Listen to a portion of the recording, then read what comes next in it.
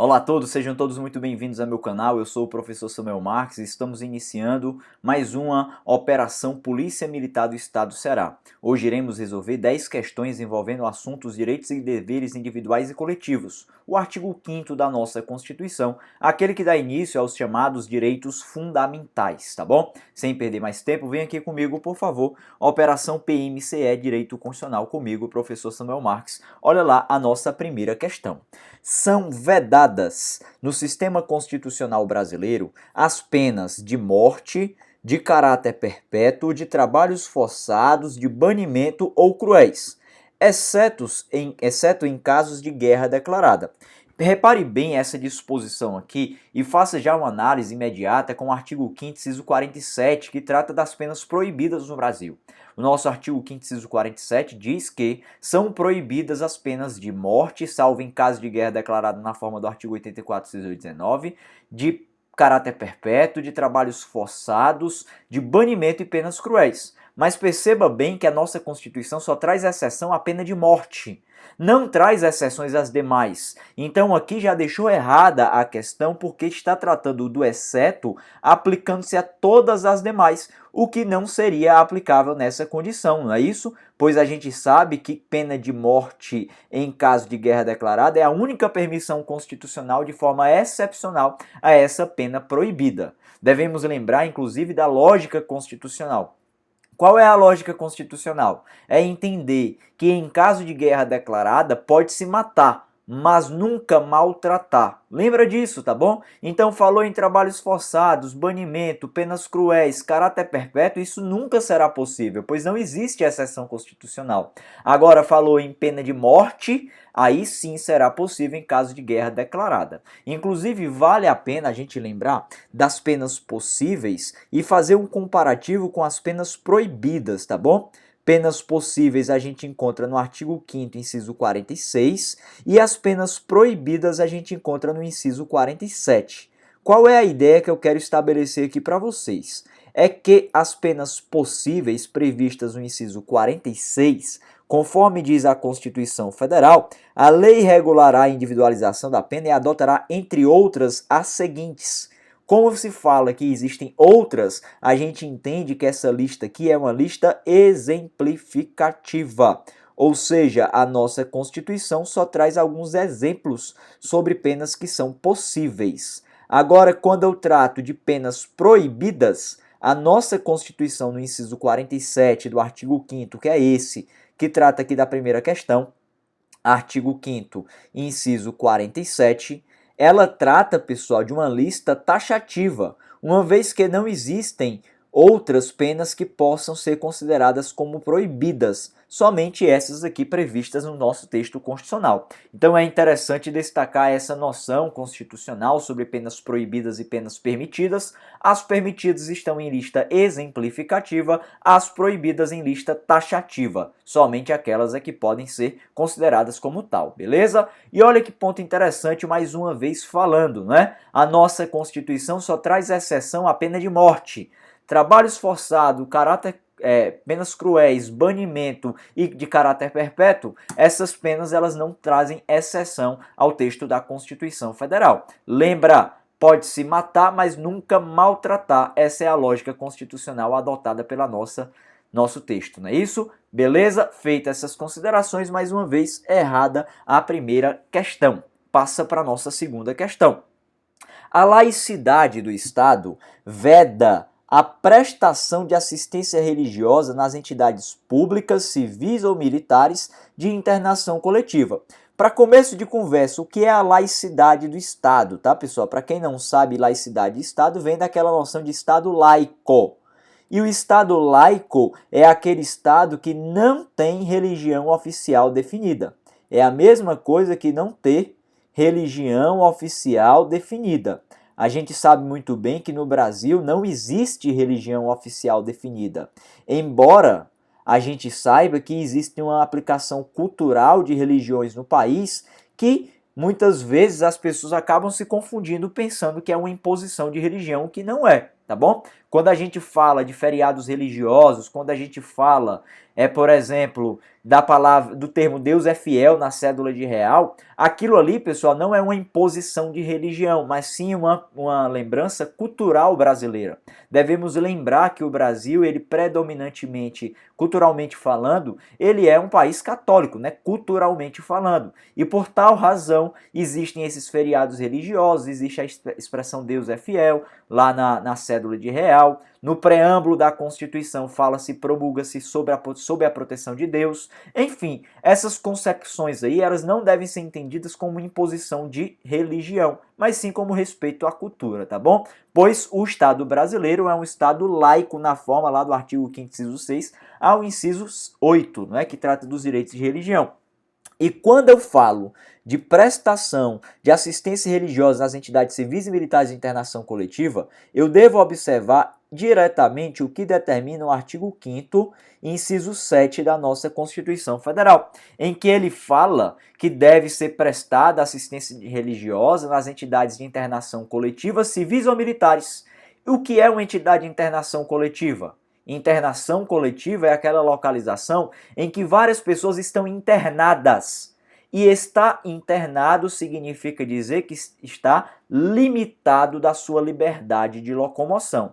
Então a noção aqui é a seguinte: já que essas pessoas não têm condições de irem até as suas igrejas, o que é que a nossa Constituição garante? Garante a ideia de que a igreja vai até aquela pessoa. Isso é a prestação de assistência religiosa, entidade civil ou militar de internação coletiva, tá bom? Essa ideia é muito importante e, conforme você já deve ter entendido aí, está errada essa nossa segunda questão, pois a laicidade estatal, ela não veda isso. Na verdade, o Estado é laico no sentido de que não se impõe nenhuma religião, mas a nossa Constituição respeita muito bem as religiões. É tanto que lá no inciso 6, o artigo 5º diz que é garantida a liberdade religiosa. No inciso 7 fala dessa assistência religiosa à entidade de internação coletiva. E no inciso 8 traz aquilo que nós chamamos por escusa de consciência. Aquela noção de que ninguém será privado de direitos por motivos de religião, filosófico ou político, né? Essa concepção ela é interessante para nós também. Mas, aqui nesse caso em específico, o artigo 5º, inciso 7, é a fundamentação errada a nossa segunda questão. Passa para a nossa terceira questão. É reconhecida a instituição do júri com a organização que lidera a lei, assegurados a plenitude de defesa, o sigilo das votações, a soberania dos veredictos e a competência para o julgamento dos crimes dolosos e culposos contra a vida. E aí, pessoal, certo ou errado, hein? Falando nessa disposição, eu devo observar o que determina o artigo 5º, inciso 38 da nossa Constituição Federal. E quando a gente fala da competência do Tribunal do Júri, esse é um dos pontos mais cobrados em prova. Devemos lembrar que a competência, ela se resume somente a crimes dolosos contra a vida. Devemos lembrar que são somente crimes dolosos contra a vida. Não posso afirmar que crime culposo entre nessa equação, tá bom? Crimes dolosos contra a vida. É fundamental na sua prova encontrar o termo dolosos. Por quê?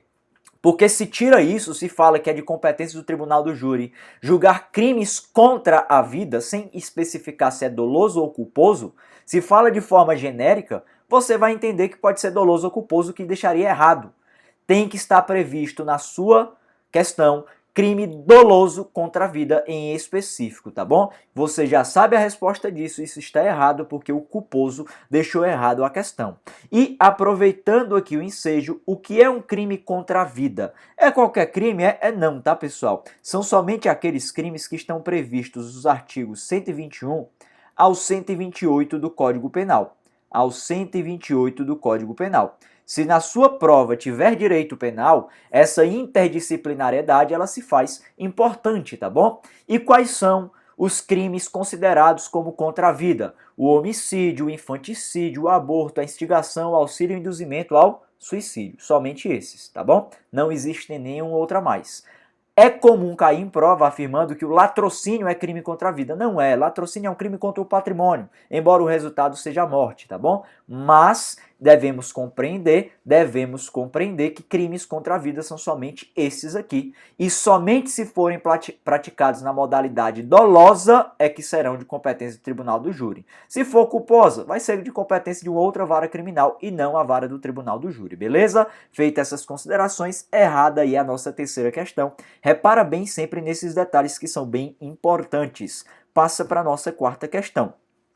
No caso de iminente perigo público, a autoridade competente poderá utilizar de propriedade particular, assegurando-se ao proprietário indenização prévia pela utilização de sua propriedade.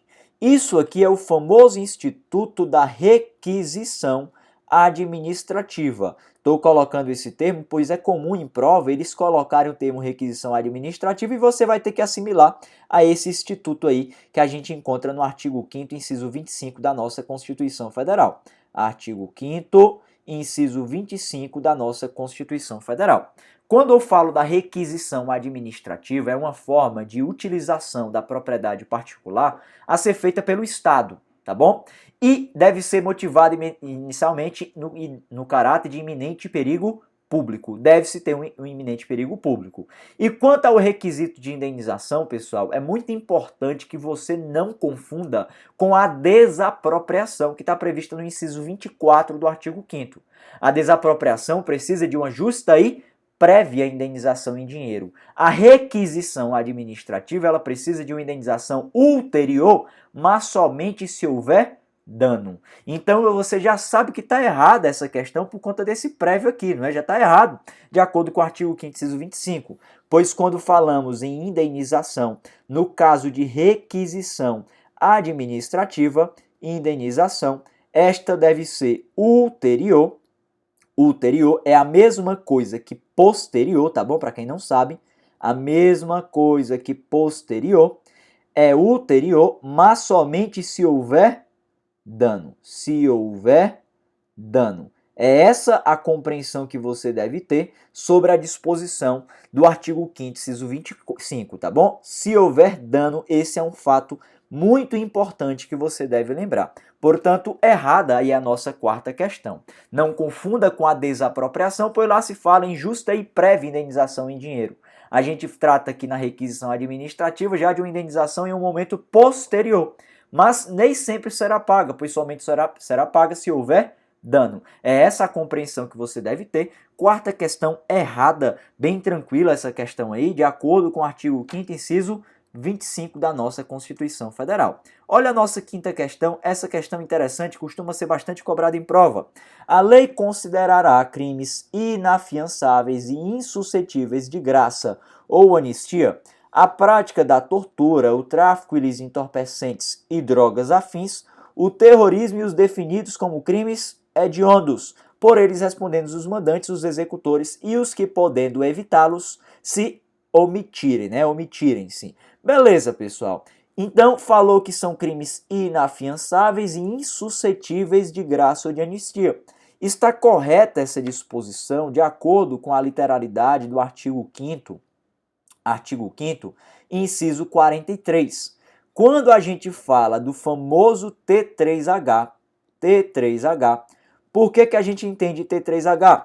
T3 de 3 crimes que começam com T, não é? Tortura, tráfico de drogas, terrorismo, e o H de crimes hediondos. Devemos lembrar que esses crimes são considerados como inafiançáveis e insuscetíveis de graça ou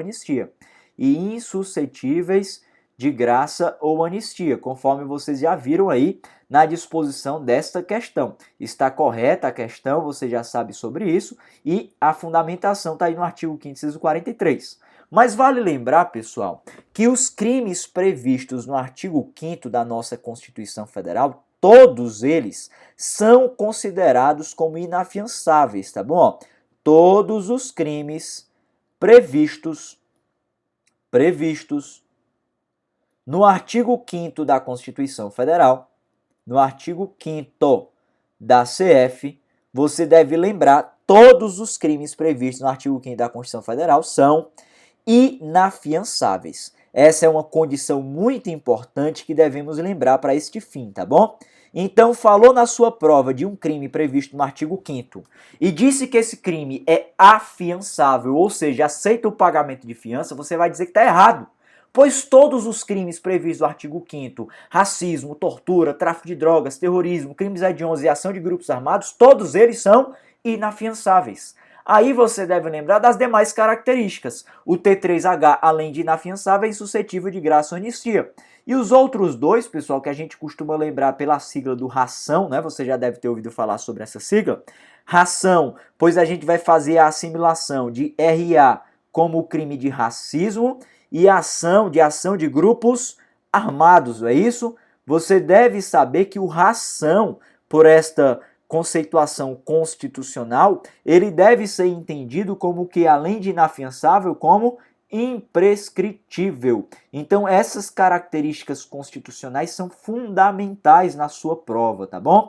Feitas essas considerações, não erre questão sobre isso, por favor. Lembra da regra, todos os crimes previstos no artigo 5º da Constituição Federal são inafiançáveis. Então, essa característica você já matou. Aí lembra do T3H, que além de inafiançável é suscetível de graça ou anistia, e lembra do ração, que além de inafiançável são considerados como imprescritíveis. Beleza? Essa condição é legal para você. Feitas essas considerações, quinta questão está certa, aí sem problema algum, de acordo com o artigo 5º, inciso 43 da nossa Constituição.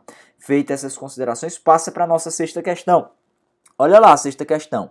A casa é asilo inviolável do indivíduo, ninguém nela podendo penetrar sem o consentimento do morador, salvo em caso de flagrante delito, ou para prestar socorro, ou durante a noite, por determinação judicial, ou decisão prolatada em sede de comissão parlamentar de inquérito. Pessoal, aqui tem alguns pontos interessantes, tá bom? Tem alguns pontos interessantes. Quando a gente fala de inviolabilidade domiciliar, devemos observar o que dispõe o artigo 5º, inciso 11 da nossa Constituição Federal. Logicamente, você sabe que o artigo 5º, inciso 11, ele encerra bem aqui. Não existe essa possibilidade de comissão parlamentar de inquérito, de CPI, de quebrar a inviolabilidade domiciliar nessa forma excepcional prevista na Constituição. A gente sabe que a nossa Constituição traz a regra da inviolabilidade domiciliar, mas já traz as suas exceções. Quais são elas? Prestar socorro, flagrante delito, desastre ou ordem judicial durante o dia. A comissão parlamentar de inquérito, embora lá na literalidade do texto da Constituição destaque-se que ela tem poderes próprios de autoridades judiciais, mas ela não pode determinar a violação de domicílio, tá? Pois trata-se aqui do que nós chamamos por cláusula de reserva de jurisdição. Somente juiz é que pode determinar isso, CPI não pode, na situação de determinação judicial, tá bom? Esse é um ponto interessante. E eu quero lembrar com vocês que a inviolabilidade domiciliar é uma regra. Inviolabilidade domiciliar é uma regra que devemos sempre garantir no texto da Constituição Federal. Isso aqui é uma regra. E quando eu falo de flagrante delito, de desastre, de prestação de socorro e de decisão judicial durante o dia, pessoal, a gente vai entender que são exceções, tá bom? São exceções. Então, essa regra é a da inviolabilidade domiciliar. Só pode ingressar no domicílio com consentimento do morador, salvo nos casos previstos na Constituição Federal. Flagrante delito, desastre, para prestar socorro,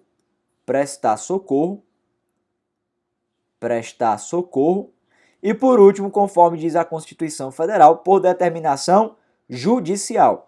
Esse termo determinação judicial indica dizer que é uma ordem feita por um juiz, tá bom? Não pode ser por CPI, não pode ser por membro do Ministério Público, não pode ser por delegado de polícia. E a determinação judicial em específico, conforme diz a Constituição, deve ser durante o dia. Essas informações são importantes e bem batidas em prova, é obrigatório que você saiba sobre elas, tá bom? Uma vez que é muito comum ser cobrado isso em prova. Feitas essas considerações, o gabarito da nossa questão é considerado como errado, uma vez que não é possível ingressar no domicílio alheio sem o consentimento do morador em face de decisão prolatada em sede de comissão parlamentar de inquérito. Olha a nossa sétima questão.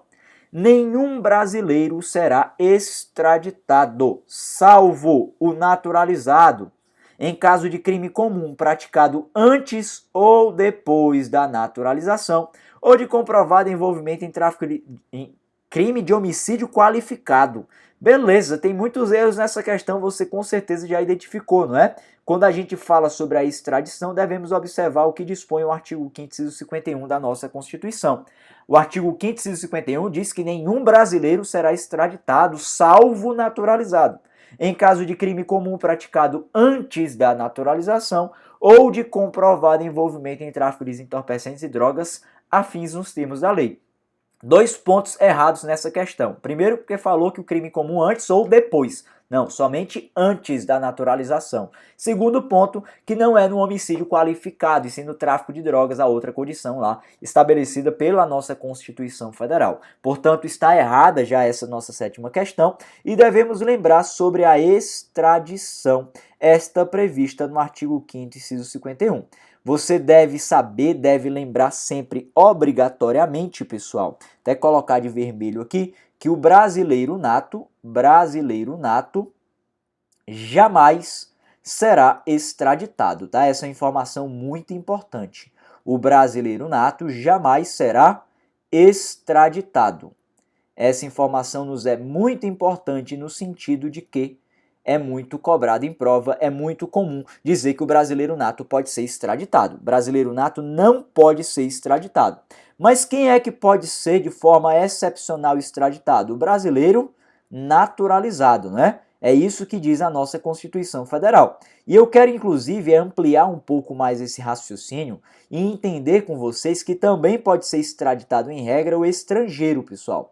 Embora o texto da Constituição aí no inciso 51 não fale expressamente sobre o estrangeiro, é importante destacar que, em regra, ele será, sim, extraditado, tá bom? A única exceção é aquela que a gente encontra logo a seguir, no inciso 52 do artigo 5º, que trata do asilo político. Ali é uma exceção à extradição do estrangeiro, mas normalmente a regra é que ele poderá ser extraditado. O brasileiro naturalizado pode ser extraditado, mas de forma excepcional. É por isso que eu quero até colocar aqui para vocês um asteriscozinho, para você lembrar que isso é de forma excepcional.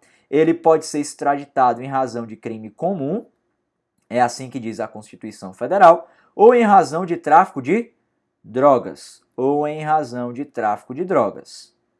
Beleza! É isso que a nossa Constituição Federal estabelece no caso ao brasileiro naturalizado. Mas ela é clara ao determinar que no caso do crime comum, somente se este for praticado antes da naturalização. Esse é o caso do crime comum. Agora, quando eu me refiro ao tráfico de drogas, a nossa Constituição Federal ela ficou silente, ela não falou nada. Já que ela não falou nada, a gente vai entender que vai ser antes ou depois ou a qualquer momento, pessoal. A gente vai entender que vai ser a qualquer momento. É assim a compreensão sobre o caso do tráfico de drogas, tá bom? A qualquer momento. É isso que você deve entender nessa condição. Portanto, vamos entender na seguinte perspectiva: brasileiro nato jamais será extraditado, somente pode ser extraditado em regra o estrangeiro ou de forma excepcional o brasileiro naturalizado. E o brasileiro naturalizado ele vai ser extraditado em duas situações: crime comum praticado antes da naturalização ou tráfico de drogas antes ou depois, né, a qualquer momento. O que é o crime comum? Crime comum, para quem não sabe, é qualquer crime que não seja o tráfico de drogas. Qualquer crime previsto no Código Penal, legislação penal extravagante, que não seja o tráfico de drogas, vai ser considerado como crime comum. E o tráfico de drogas, né, que está previsto em legislação penal extravagante, pode ser o indivíduo brasileiro naturalizado e extraditado a qualquer momento. Essa compreensão é interessante. Sétima questão errada, de acordo com a disposição do artigo 5º, inciso 51. Feitas essas considerações, tira um print dessas telas, tá, pessoal, que eu estou anotando para vocês. E antes da gente passar para a nossa questão, já fazendo o meu pedido. Se você está gostando do vídeo até agora, está curtindo esse vídeo, deixa seu like aí, tá, no nosso vídeo, ajuda a dar um maior engajamento aos nossos vídeos aqui do canal. Deixa seu comentário se você está gostando desse formato de resolução de questões, dê seu feedback aí sobre o nosso canal, dê alguma sugestão de melhoria ou sugestão de um novo programa que a gente possa tratar. Eu estou sempre lendo os comentários e sempre estou respondendo, tá bom? E você que ainda não é inscrito neste canal, clica aí em inscrever-se, clica também no sininho das notificações, pois assim você vai ser sempre notificado quando eu postar novos vídeos aqui. E para quem já está acompanhando há um tempo, sabe que eu estou postando de forma regular aqui pelo menos 3 vezes na semana, tá, pessoal? Então sempre tem vídeo novo para que você possa assistir e aprender muito direito constitucional aqui comigo de forma gratuita, hein? Isso é importante, de forma gratuita. Sempre teremos conteúdo gratuito aqui neste canal. Então, dê força, dê engajamento ao canal para que a gente possa continuar com esse trabalho, beleza? Feitas essas considerações, passa para a nossa 8ª questão. Olha lá, é assegurado a todos o acesso à informação e resguardado o sigilo da fonte quando necessário ao exercício profissional. Essa disposição, pessoal, ela está muito simples, está prevista lá no artigo 5º, inciso 14 da nossa Constituição Federal. E eu posso afirmar que essa disposição está correta, não é? É garantido sim o sigilo da fonte quando necessário ao exercício da profissão, de acordo com a disposição do inciso 14. É importante você lembrar que fonte é diferente do autor, tá bom? O autor é aquele indivíduo que escreveu a notícia. A fonte é aquela pessoa que deu a informação para o autor da notícia. Pode-se manter sob sigilo a fonte, mas nunca poderá manter sob sigilo o autor. Essa é uma condição interessante, bem moleza. Essa 8ª questão está correta, de acordo com o artigo 5º, inciso 14 da nossa Constituição Federal. Beleza, passa para a nossa 9ª questão. No caso de iminente perigo público, a autoridade competente poderá usar de propriedade particular, vedando-se ao proprietário a indenização ulterior. A gente já resolveu questão sobre isso aqui hoje. Artigo 5º, inciso 25, é a fundamentação constitucional desse dispositivo. E só para a gente voltar lá, a gente já tratou sobre isso hoje no que nós chamamos por requisição administrativa. A indenização é ulterior e sempre que houver dano. Logicamente, pessoal, essa disposição ela está errada, uma vez que não é vedado ao proprietário indenização ulterior. Na verdade, é garantido, mas somente se houver dano, tá bom? Essa é uma condição interessante. No caso da questão aqui, está generalizando, deixou errada a 9ª questão. Portanto, o gabarito dela é errado de acordo com o artigo 5º, inciso 25. E olha aí a nossa 10ª e última questão. É inviolável o sigilo da correspondência, salvo por ordem de autoridade policial. Pessoal, é o seguinte, falou em inviolabilidade das comunicações, devemos observar o que dispõe o artigo 5º, inciso 12. E o artigo 5º, inciso 12, ele fala das seguintes comunicações, né? Até colocar aqui para vocês. Ele fala das comunicações feitas por correspondências.